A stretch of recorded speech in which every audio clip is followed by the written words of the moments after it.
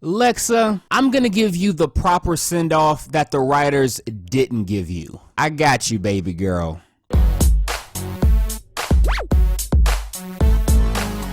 What's going on YouTube? So before I even watched the show The 100, because I just recently watched every single episode of the show, because I'm really late to the party with this show, before I even watched one episode, I decided to look up some clips of the episode, just to see if it looked good enough for me to want to watch it. And the very first clip that I ran into was one with Lexa and Clark. And I kid you not, it took only a few seconds of me watching that clip for me to be really intrigued and want to watch the show, because the chemistry that I saw with those two were just oozing from the screen. I don't think I've ever seen that much chemistry between two people so quickly. I mean, I think I became a Lexa shipper before I even watched the show. And because of the internet age we live in, I knew Lexa was gonna die before I even watched the show. So I was kind of hoping I wouldn't fall in love with Lexa as much as I did, or at the very least they gave her a proper death.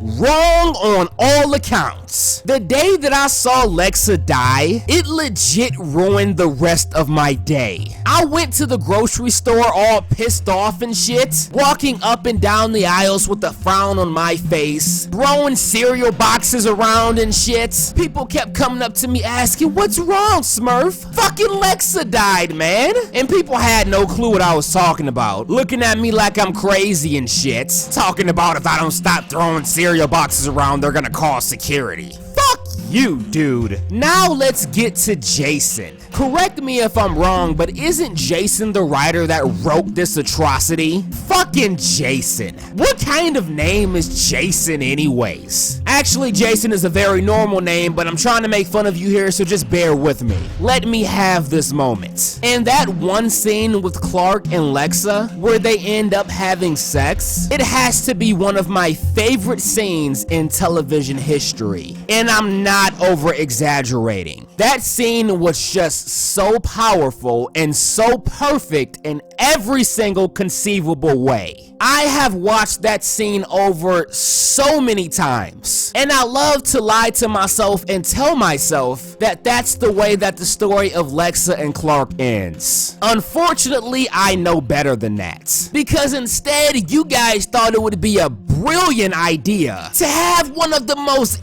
idiotic deaths I have ever seen in my life happen to such an important character. You basically had her slip on a banana peel and break her neck. That's basically what you did. And I heard that the actor that played Lexa was leaving anyways, but even if that is true, and I'm not even sure it is, because I also heard rumors that she was willing to come back the next season. But even if it is true that you had to kill her off, you could have gave her a better death than that. I mean, really? She died because she was at the wrong place at the wrong time. Meanwhile, you give characters like Finn one of the coolest, most heroic deaths ever, where he pretty much gives up his life for his people. I mean, you couldn't give Lexa a similar death like that, where maybe she gives up her life to save Clark? But no, she was just at the wrong place at the wrong time, because I'm the writers and I'm incapable of giving Lexa a proper death. I was completely in love with this show, but now, fuck this show. And recently Jason came out and apologized. "Oh, had I known what I know now, I would have never gave Lexa that kind of death." Shut the fuck up. I can't speak for the rest of the Lexa fans, but I know I can speak for myself when I say, fuck your apology,